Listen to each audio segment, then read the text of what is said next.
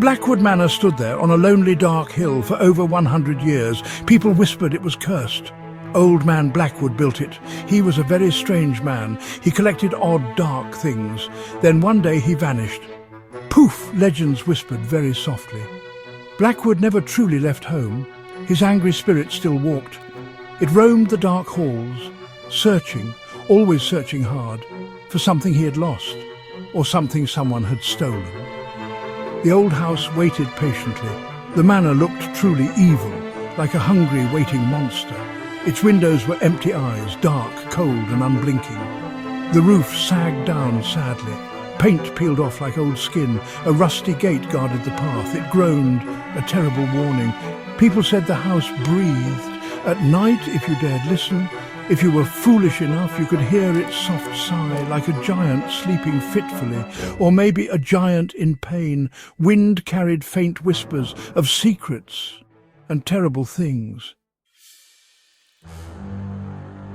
One day, new people came. The Miller family soon arrived. They did not believe stories. Just an old house, they thought. A fixer-upper, Mr. Miller smiled. Mr. and Mrs. Miller came. Tom and Sarah, their children. They did not know the terror. The front door creaked open. It sounded like a long scream.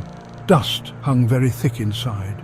It danced in faint, weak sunlight. Cobwebs draped over everything, like ghostly grey decorations. The air was suddenly so cold, a deep, unnatural, biting chill. Wallpaper peeled from the walls. It showed dark, ugly stains. What could make those stains? They did not want to know. Floorboards groaned under their feet. Each step echoed very loudly, announcing their slow arrival to someone or something waiting. Sarah shivered suddenly, so creepy.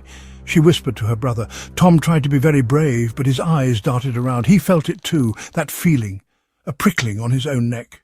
Unseen eyes watched their moves. The house was not empty. The first night was really bad, or so they believed back then. Strange noises began quite softly, a soft tap, tap, tap. From inside the cold, damp walls, then came a very faint whisper. Get out, it seemed to say, or was it just the wind? Doors creaked open very slowly, all by themselves, spooky, then slammed shut. Boom! Bang! It made them jump up high. Mrs. Miller closed the door. She turned her back quickly. It was wide open again, silently, as if inviting them to enter. Objects moved on their own. A small old china doll on the dusty, cracked mantelpiece. Sarah saw its head turn, just a tiny little bit. Its painted eyes stared at her. She screamed. A loud scream, but Sarah knew. The doll watched. Cold spots appeared from nowhere, then vanished in an instant. In the middle of a warm room, a patch of truly icy air, so cold it made breath fog. Then it was suddenly all gone, as if someone unseen walked past. The house played cruel, chilling games. Section 4. Phantoms in the moonlight. Tom saw the figure first, a shadow at the hall's end. Tall, dark and very still, it stood there, just watching him. Then it faded away slowly, like drifting grey smoke. He gasped. Mr. Miller searched. Nothing there.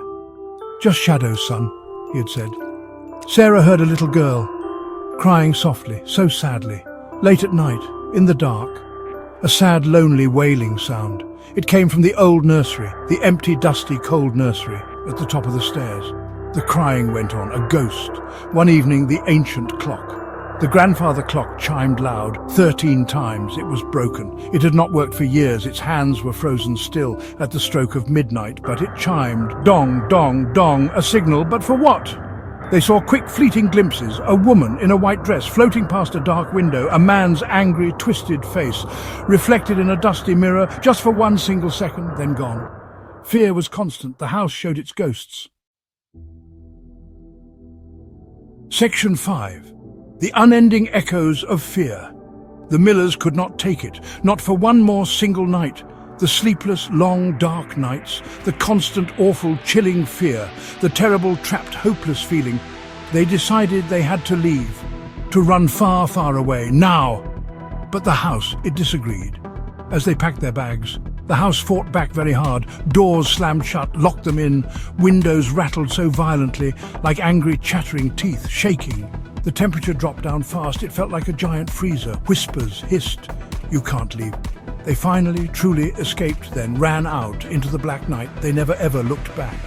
But did they really escape it, or did a small piece of Blackwood Manor go too? A shadow in their own minds, the terror would haunt them. Blackwood Manor still stands there, on that lonely windswept hill, waiting, watching, always, its windows like dark, hungry, empty eyes, staring out. The townsfolk say it's quieter for now, but they all know the mystery remains unsolved, terrifying.